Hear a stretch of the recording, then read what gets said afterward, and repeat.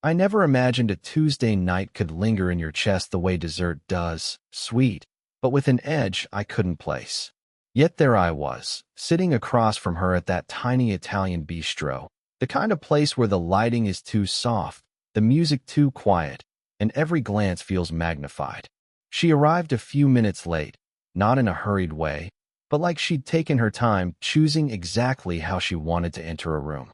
Mid-40s, poised, confident, yet there was an imperfection in her smile that made her human, approachable. Her hair was pulled back loosely, a few strands curling along her jaw, and she wore a soft scarf that somehow smelled faintly of citrus and vanilla. I caught her scanning the restaurant as if she owned it, but with curiosity, not arrogance. "Sorry I'm late," she said, sliding into the booth opposite me. Her voice was calm, smooth, but there was a subtle warmth underneath that made me feel immediately exposed. I shrugged, trying to sound casual, though my fingers fidgeted with the corner of the menu. "No worries. I just got here myself." She tilted her head slightly, studying me in a way that felt impossible to ignore. I wondered if she noticed my hands trembling just a little when I set my glass of water down too loudly. "You look different than I imagined," she said softly, and I wasn't sure if it was a compliment or a gentle tease. The waiter brought our first course, and I realized my attention hadn't left her since she sat down. There was a small crease between her brows when she tasted the bruschetta, a little sigh, almost imperceptible, and I wanted to ask what she was thinking. But I didn't. I watched her instead, tracing the way she lifted her fork, the tilt of her shoulder, the way her eyes caught the candlelight. Somehow, we fell into a rhythm, talking about nothing important, books she'd read, restaurants she liked, the mild chaos of the city outside. I spoke more than usual, spilling details I normally kept to myself, and she listened. Not just politely, but with that deep attentiveness that makes you feel seen, really seen, for the first time. Then there was a pause. Not an uncomfortable one, exactly, but the kind that vibrates between people. Our eyes met across the table, lingering longer than it should have, and I realized my chest was tight, my palms sweating a little. She smiled, just the barest hint of a curve at her lips, and I caught myself staring a second too long. Without a word, she reached across the table to adjust the napkin near my plate. A simple, almost trivial gesture, yet I felt a shock of something, recognition, desire, curiosity, run through me. My hand twitched, wanting to brush hers, but I didn't. I sat still, my heart insisting on noticing everything. The warmth of her fingers near mine, the soft rustle of her scarf, the faint scent lingering in the air. Dessert arrived, and the moment dissolved into conversation again, but something had shifted. The subtle electricity wasn't in what we said, but in what wasn't said. It hovered in the space between us, a quiet tension that neither of us acknowledged openly, yet both of us felt. When she finally leaned back and laughed at something I said, just a soft, unguarded laugh, I realized I couldn't stop thinking about it. The way her eyes crinkled, the way her presence seemed to fill the booth, and that fleeting brush of her hand earlier. Something unspoken had begun tonight, and I had a feeling it wasn't going to leave me anytime soon. I hadn't expected to see her again so soon. Yet there she was, leaning over the counter at the bookstore, a stack of books trembling slightly in her hands. The late afternoon sun streamed through the windows, catching the warm highlights in her hair and making the room feel quieter than it actually was. I can't reach that top shelf," she admitted, a small smile tugging at her lips, but there was a hint of fatigue under her eyes. Something unspoken lingered there, a weight I wasn't supposed to notice. "Here, I've got it," I said quickly, stepping around the counter. She moved just slightly, giving me space, and I felt the odd thrill of closeness. My fingers brushed the books as I handed them to her, and I caught her eyes darting away, then back again, like she was measuring how much she could trust me. She sighed softly, leaning against the counter, one hand brushing her hair back in a casual gesture that somehow wasn't casual at all. There was a tension in her shoulders, a quiet vulnerability I hadn't seen before. And in that moment, I noticed the small things, the delicate curve of her wrist, the faint crease between her brows, the way her lips parted ever so slightly when she laughed at my clumsy joke. "Thanks," she murmured, her voice lighter than before, but still carrying a guarded edge. She shifted the books onto the counter, then paused, glancing at the floor like she was hesitating over whether to say more. I stayed quiet, just watching, aware that the silence was a kind of conversation in itself. Her laugh came again, low and soft, but it didn't reach her eyes. I saw the tiredness there, subtle lines that weren't just from age but from years of holding things in. I wanted to ask her about it, to tell her she didn't have to hide, but I didn't. Instead, I let the quiet fill the space, letting her set the pace. There was a moment, brief and almost fragile, where she straightened and looked directly at me. Her gaze was steady, but unreadable, like she was testing whether I'd noticed the tension in her shoulders, the slight tremor in her hand as she adjusted a stack of novels. I did notice. I noticed everything. She laughed again, lighter this time, almost involuntarily, and I realized I could spend hours just studying these small movements, memorizing them without needing her to say anything. There was a charge in the air, subtle but undeniable, like a gentle pull I wasn't meant to resist. Then she gathered her things, her movements careful and precise, as if she were protecting herself. She turned to leave, and for just a heartbeat, our eyes met again. I caught that flicker, a mix of hesitation and acknowledgement, and it made my chest tighten in a way that felt almost dangerous. I watched her go, the space she left behind feeling larger than the room itself. And even now, I can't stop thinking about the way she leaned, the softness of her laugh, the quiet weight she carried in her silence. Something is unfolding here, something delicate, fragile, and I'm not sure I'm ready for it, but I can't turn away. The rain tapped against the window in uneven rhythms, the streetlights outside flickering in the puddles. I hadn't planned to stay late at the bookstore, but neither had she, apparently. We were stacking returned books together in the back room, a narrow space that smelled of paper and dust, and something faintly like her perfume lingering in the air. She leaned over the table to reach the bottom shelf, and I instinctively stepped closer, my shoulder brushing hers. The contact was brief, accidental, or maybe not, but it sent a small jolt through me.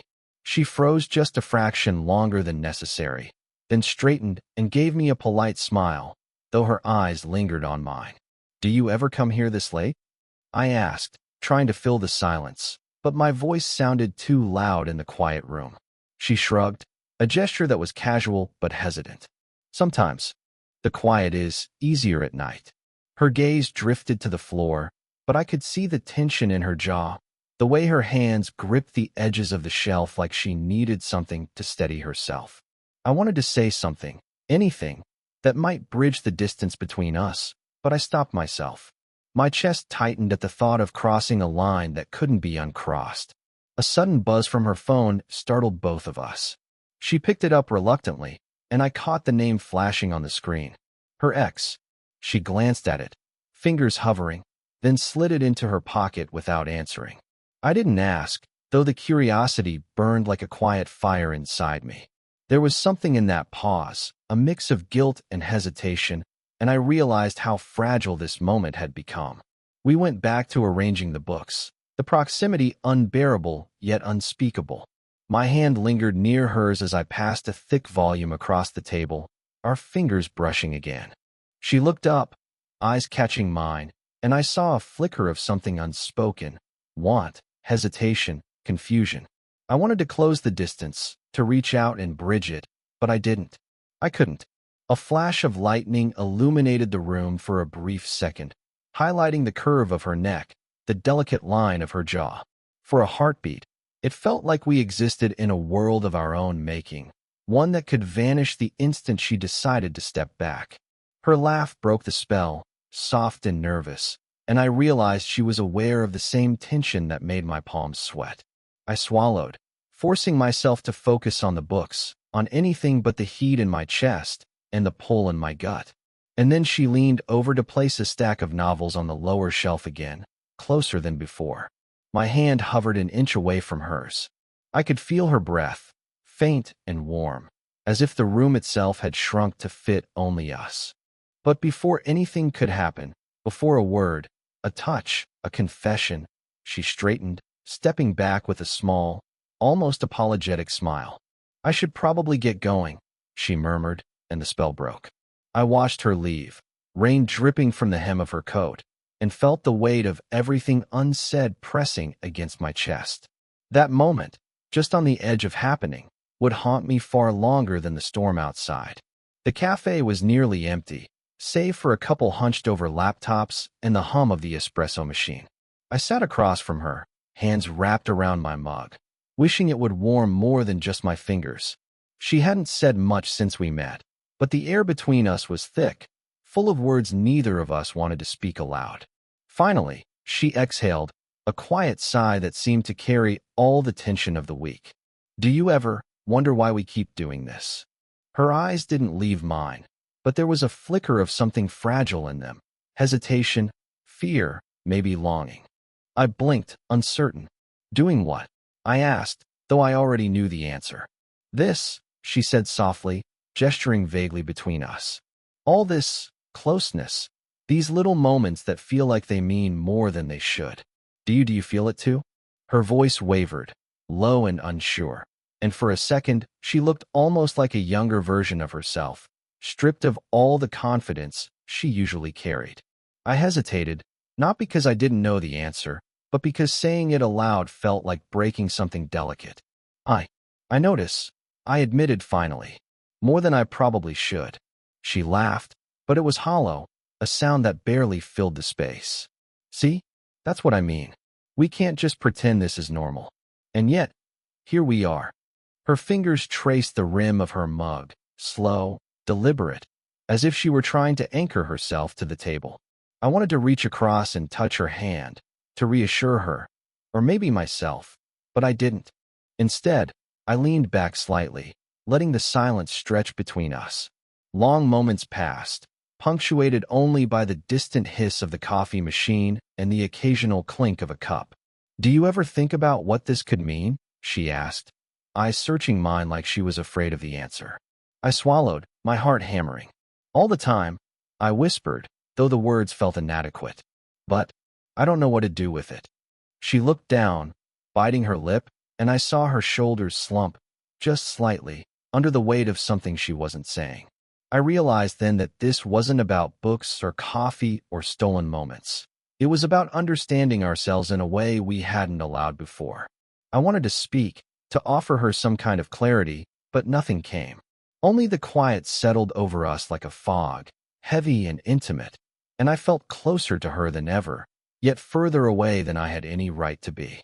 Finally, she lifted her gaze, eyes glistening with a quiet storm I couldn't name. Maybe some things shouldn't have answers," she murmured. "Maybe some things are just meant to exist in the space between us." I nodded, not trusting my voice, not trusting the fragile balance of the moment. And then she added, so softly it felt like a whisper against the world, "But it still hurts, not knowing if you see me the way I see you." I found her in the quiet corner of the bookstore again, curled slightly in the armchair near the poetry section. She had a small envelope in her hands, fingers tracing the edges, knuckles pale. I paused at the threshold, sensing a tension that hadn't been there before. "Is that personal?" I asked carefully, not wanting to intrude. She looked up at me, eyes softened but distant, like she was seeing something I couldn't. "Yeah," she murmured. "It's from a long time ago." Her voice faltered, barely above a whisper. "Someone I lost. It's silly, maybe, but I didn't expect to feel this again." I crouched slightly to meet her gaze, trying to offer some comfort without overstepping. "It's not silly," I said softly. "I get that. Sometimes the past, it lingers in ways you don't notice until it hits you unexpectedly." She nodded, biting her lip. He was my first love. Thought I'd never move on, and then life happened. I haven't really talked about him in years." Her fingers trembled slightly over the envelope. Seeing this, it just brought it all back. I noticed the way her hands shook, subtle but undeniable, and my chest tightened. There was a rawness to her now, a vulnerability I hadn't seen before. "I'm sorry," I said, not knowing what else to say. "I can't imagine how hard that must be."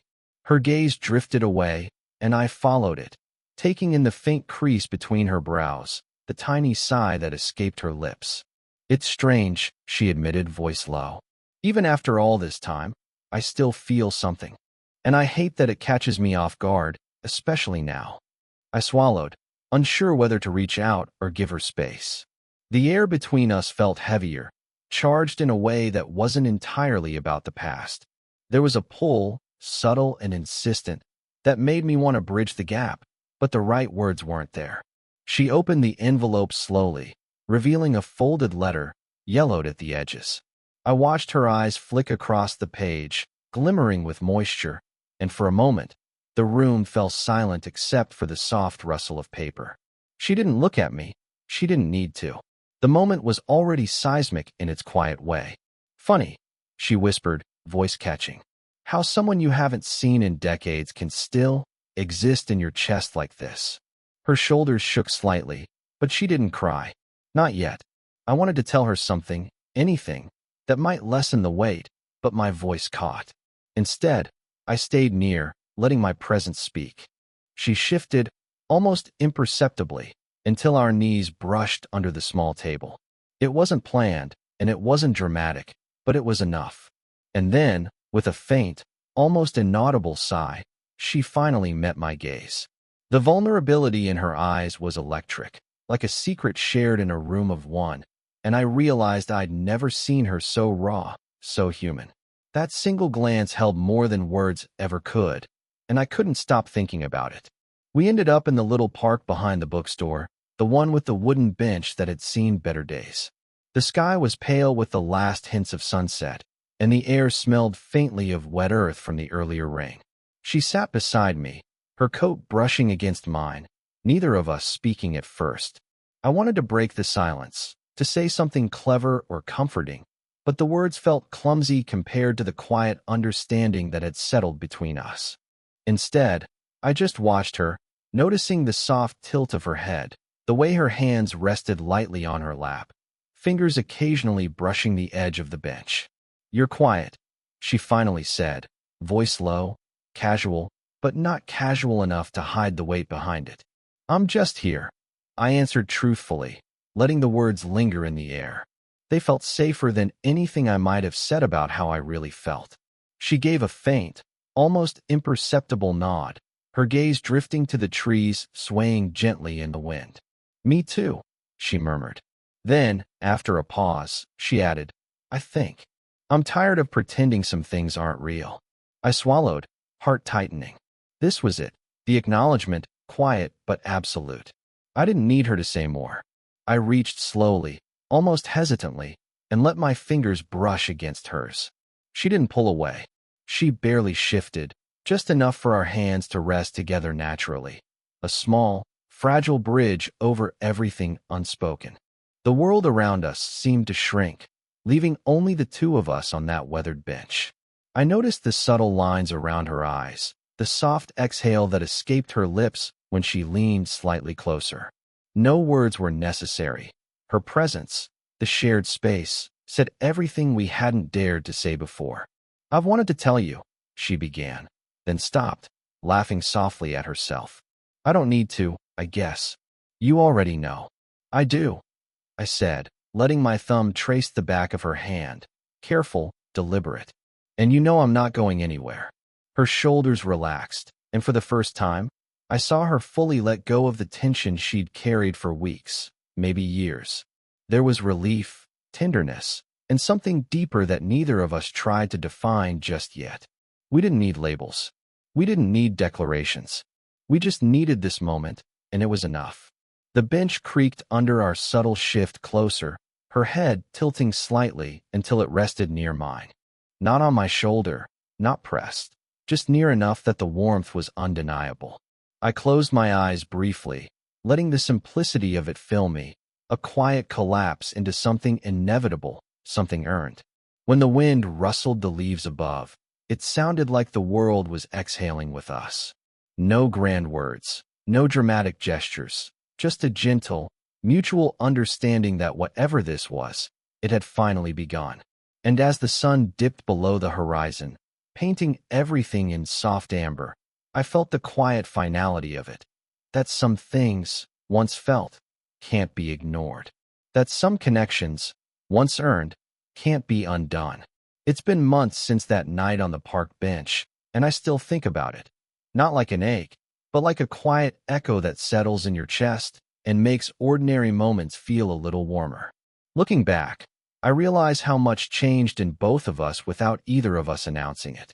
She learned that vulnerability doesn't have to be weakness, that letting someone in, even slowly, doesn't diminish who she is. And I learned that patience, attention, and a willingness to sit in silence can sometimes say more than words ever could. We still have our routines, our little rituals that aren't flashy or dramatic, but they're ours. The way she smiles when I hand her a coffee, just the way she likes it. The subtle glance she gives when I crack a bad joke. The evenings spent in quiet corners, hands brushing without the need for a confession. Love, I've realized, doesn't have to shout to exist. It can be soft, almost invisible, and still shake you to the core. Sometimes I catch myself replaying those early moments. The glance over the counter, the brush of hands in the back room, the rain tapping against the window. And I realize that what felt forbidden or uncertain then has become steady, familiar, and yet still thrilling. That tension, that electricity, hasn't disappeared. It's matured, settled into something resilient. And maybe that's the lesson. The slow-burning kind of love, the one that grows in quiet spaces, that demands patience, care, and attention, is the kind that lasts. It's the kind that doesn't need declarations or grand gestures to be felt deeply. It's the kind that transforms ordinary moments into memory, connection, and something that feels like home. I don't know what the future holds. Life has a way of surprising you, sometimes cruelly, sometimes beautifully. But I do know this. When I see her, when I feel her presence beside me, even in silence, I understand the truth of it. We're here. We've arrived. And somehow, that's everything. So, if this story made you feel something, even just a flutter of recognition or a pang of longing, let me know in the comments. Would you want more stories like this? Because sometimes, the quietest connections leave the loudest impressions.